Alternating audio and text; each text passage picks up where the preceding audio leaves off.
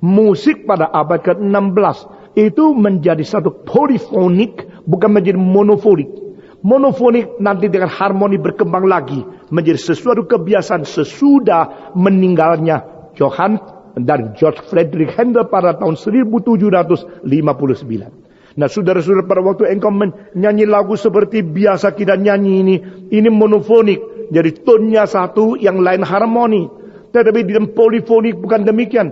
And he shall purify. Lalu and he shall sahut menyahut. Itu sahut menyahut. Sehingga di sini menyanyi, situ menjawab. Situ menyanyi, situ menjawab. Saya tidak berarti kalau dulu di dalam zaman kitab suci Paulus sudah mempunyai teknik musik polifoni dan kontrapung yang begitu komplikasi. Belum. Not complicated like that. Mereka masih mempunyai, tetapi ada kemungkinan orang yang menyanyi, mari kita memuji Tuhan. Sini mengatakan, karena anugerah Dia besar. Sini mengatakan, kalau kita tidak puji Tuhan, nah sini mungkin menyahut, maka batu akan mengganti kita berteriak-teriak. Nah saudara-saudara, pengertian firman mengakibatkan sesuatu persekutuan yang mengakibatkan dari hati ke hati kita sama-sama mengingatkan cinta Tuhan. Kita sama-sama untuk menghitung anugerah Tuhan. Nah, ini adalah satu kata dengan orang lain, saling berkata-kata dengan mazmur. Saudara-saudara, pada zaman abad ke-16, Geneva menetapkan bahwa lagu-lagu orang Kristen sebaiknya diambil langsung dari lagu puji-pujian di dalam mazmur. Saudara-saudara, maksudnya adalah kita tidak memuji Tuhan pakai kalimat orang biasa. Lebih baik puji Tuhan pakai kalimat mazmur. Jadi mazmur itu dibikin lagu sehingga memuji Tuhan langsung setiap kalimat-kalimat firman Tuhan. Nah saudara-saudara, tapi pada abad ke-19 timbullah itu gospel songs inspirational. Itu berarti dari pengertian kita kepada firman Tuhan, lalu kita membuat syair untuk mengucap puji Tuhan. Saudara-saudara, orang-orang seperti Charles Wesley abad ke-18 membuat ribuan syair untuk memuji Tuhan. Dan orang seperti Fanny Crosby abad ke-19 menulis 8.000 syair untuk memuji Tuhan. Kita semua mengerti lagu salibnya. Yang nyanyi siapa? Yang bikin siapa? Fanny Crosby. Kita pernah mengetahui, janganlah tawar hati. La la la la, la la la la. Yang bikin siapa? Fanny Crosby. Kita pernah mendengar lagu-lagu bahwa kita harus tenang di dalam tangan Tuhan. Pam pam pam pam pam pam pam pam. Yang bikin syairnya siapa? Fanny Crosby. Siapa dia? Dia seorang anak kecil yang sakit, terbawa ke dokter, disuntik terlalu keras, akhirnya buta seumur hidup. Fanny Crosby buta dan dia hidup sampai umur 96. Saudara-saudara, selama berpuluh-puluh tahun buta, dia mengatakan, saya tidak marah kepada Tuhan. Saya juga tidak marah kepada dokter itu. Karena dia salah diagnosa, salah obat mengakibatkan saya menjadi buta. Tapi saya tahu pasti ada kehendak Tuhan di dalam diriku. Pasti ada rencana Tuhan bagi saya. Maka dia bukan seperti teologi yang tidak memberikan pertanggungjawaban. Yang mengatakan kalau engkau sakit pasti karena dihukum Allah. Kalau engkau menjadi janda, pasti karena dosamu, maka Tuhan mengambil suamimu. Kalau engkau mati, karena engkau pasti dihukum, karena dosamu terlalu besar. Harus engkau dihukum mati. Bukan teologi seperti itu. Di sini Paulus berkata, di dalam keadaan apapun, dalam segala hal, engkau memuji Tuhan. Saudara-saudara, saya mau tanya, kenapa kita memuji Tuhan? Waktu saya mengatakan, puji Tuhan. Semua bilang, puji Tuhan. Lalu saya tanya, mengapa puji Tuhan? Semua diam. Sekarang saya tanya, mengapa puji Tuhan? Karena disuruh Stephen Tong, ya saya puji Tuhan. Saudara-saudara, saya mau tanya Kur, mengapa puji Tuhan?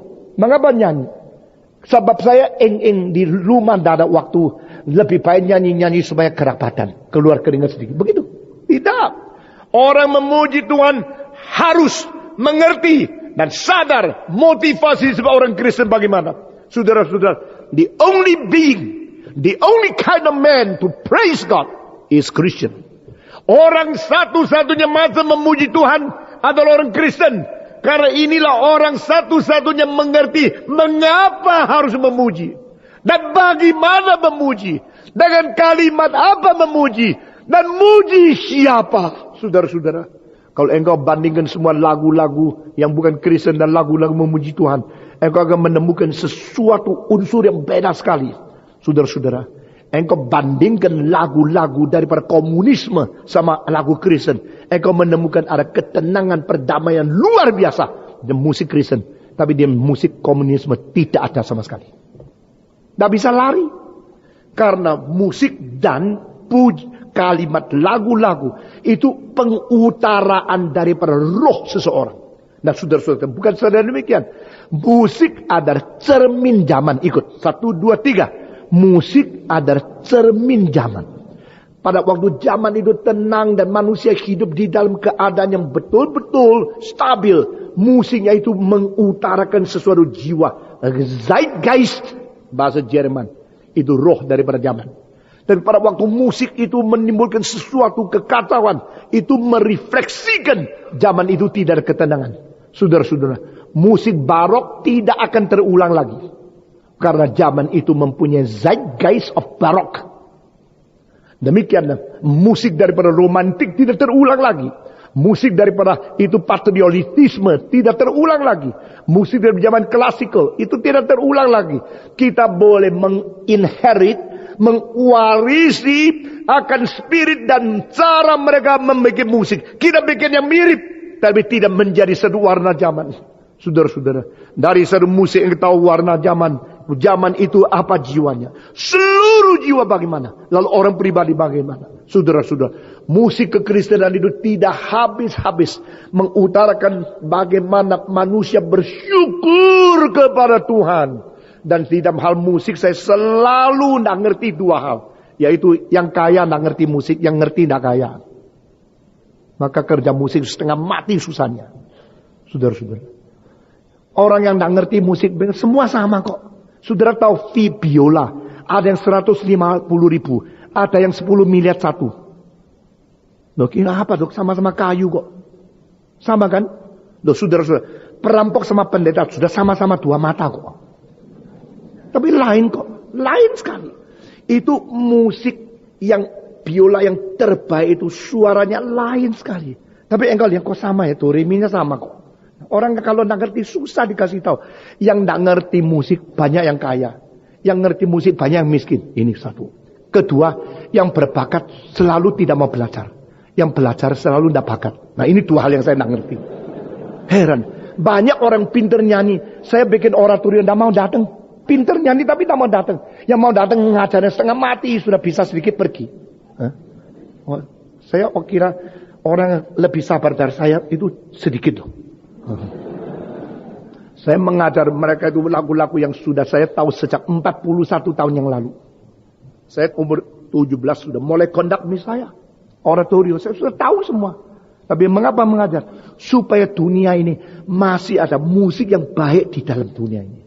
Itu sulitnya engkau tidak bisa pikirkan. Saya mau bikin konser di sini, bikin konser itu. Saya harus pergi kontak sendiri hotelnya. Pergi cari diri orangnya. Pergi menemukan siapa penyanyi. Yang bikin itu posternya. Bagaimana semua dikerjakan sendiri. Itu saya bukan musikus, saya pendeta. Saya harus mengajar teologi. Harus memperdulikan akan kebudayaan musik dan ini. Undangan musik kepada siapa, musik siapa. Semua diurus. Saudara-saudara. Dan Alkitab mengatakan kita harus. Karena apa? Agama Kristen adalah agama memuji. Dan hanya orang Kristen tahu apa itu memuji. Nah pendeta-pendeta, pemimpin-pemimpin agama pun banyak yang tidak peduli musik. Karena apa? Karena bukan tugasnya. Tapi saya berkata kepada saudara pendeta-pendeta selalu, baik di luar negeri maupun di dalam negeri. Kamu baik-baik khotbah. Tapi besok di surga khotbahmu tidak laku. Nanti di surga tidak ada khotbah lagi. Yang